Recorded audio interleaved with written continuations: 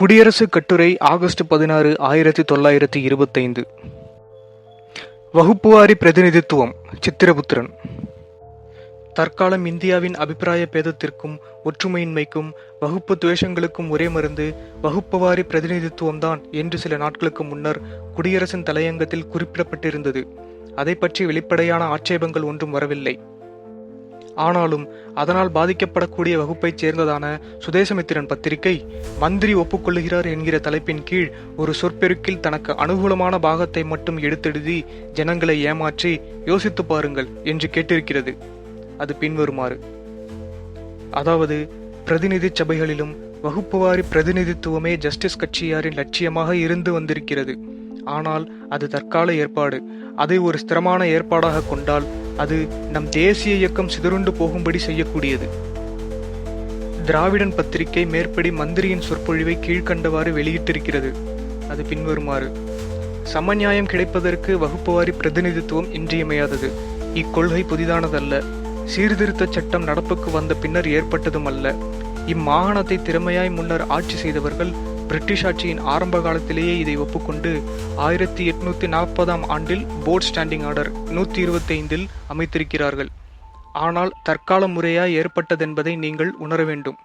நிலையாகவோ முதன்மையாகவோ அஃதிருப்பின் தேசிய அபிவிருத்திக்கு கெடுதி விளைவிக்கும். எல்லா சமூகத்தார்களும் சமூக அரசியல் பொறுப்புகளை சமமாய் ஏற்றுக்கொள்ளும் காலம் வரும் வரை வகுப்புவாரி பிரதிநிதித்துவம் இருந்தே தீர வேண்டும் என்று பேசியிருக்கிறார். இவற்றிலிருந்து சுதேசமித்திரன் பத்திரிகை ஜனங்களை எப்படி தனது சூழ்ச்சிகளால் ஏமாற்றி வருகிறது என்றும் அதை நம்பி ஜனங்கள் எவ்வளவு பேர் ஏமாந்து போகிறார்கள் என்றும் வாசகர்களே அறிந்து கொள்ளலாம்.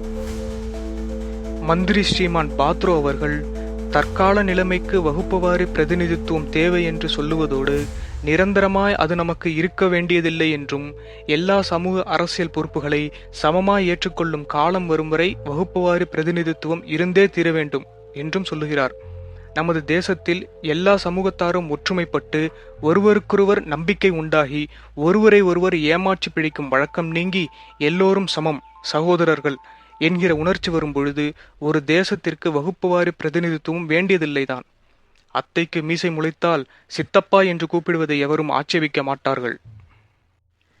ஆனால் தற்காலம் தேச முன்னேற்றத்திற்கு தடையாயிருப்பது ஒற்றுமை குறைவு என்பதையும் ஒற்றுமை குறைவிற்கு காரணம் ஒரு சமூகத்தை மற்றொரு சமூகம் தாழ்த்தி ஏமாற்றி மோசம் செய்துதான் முன்னுக்கு வர பார்ப்பதுதான் என்றும் வியக்தமாய் தெரிந்து கொண்ட பிறகு தர்மசாஸ்திரம் பேசுவது ஒழுங்காகுமா?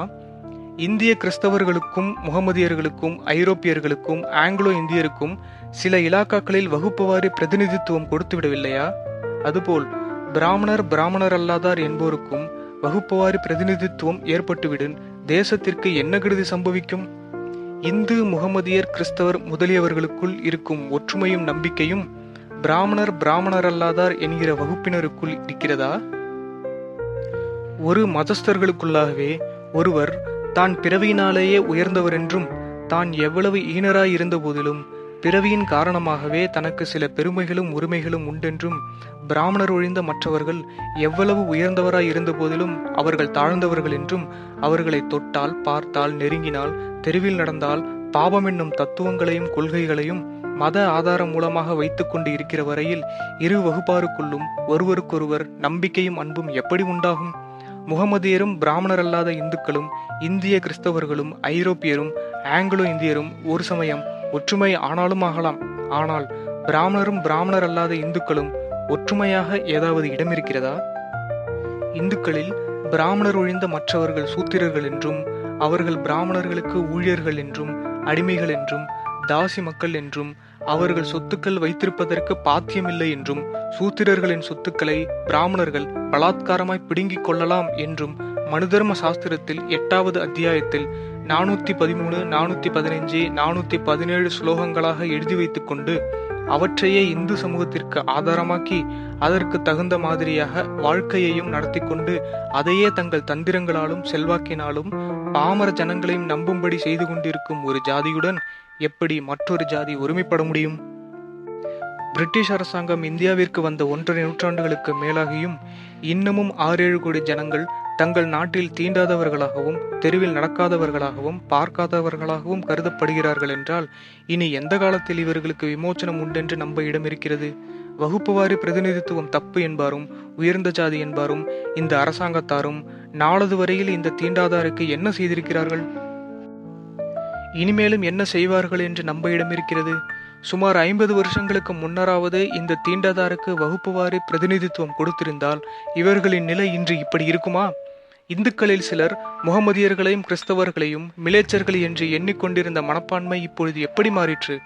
அவர்களுக்கு பிரதிநிதித்துவம் கொடுக்காமல் இருந்திருந்தால் அவர்கள் முன்னுக்கு வந்திருப்பார்களா? நாமும் அவர்களை தொட்டால் தொட்ட விரலை வெட்டி எறிய வேண்டும் என்றுதானே நமது சாஸ்திரங்கள் சொல்லுகின்றதென சொல்லிக் கொண்டிருப்போம்.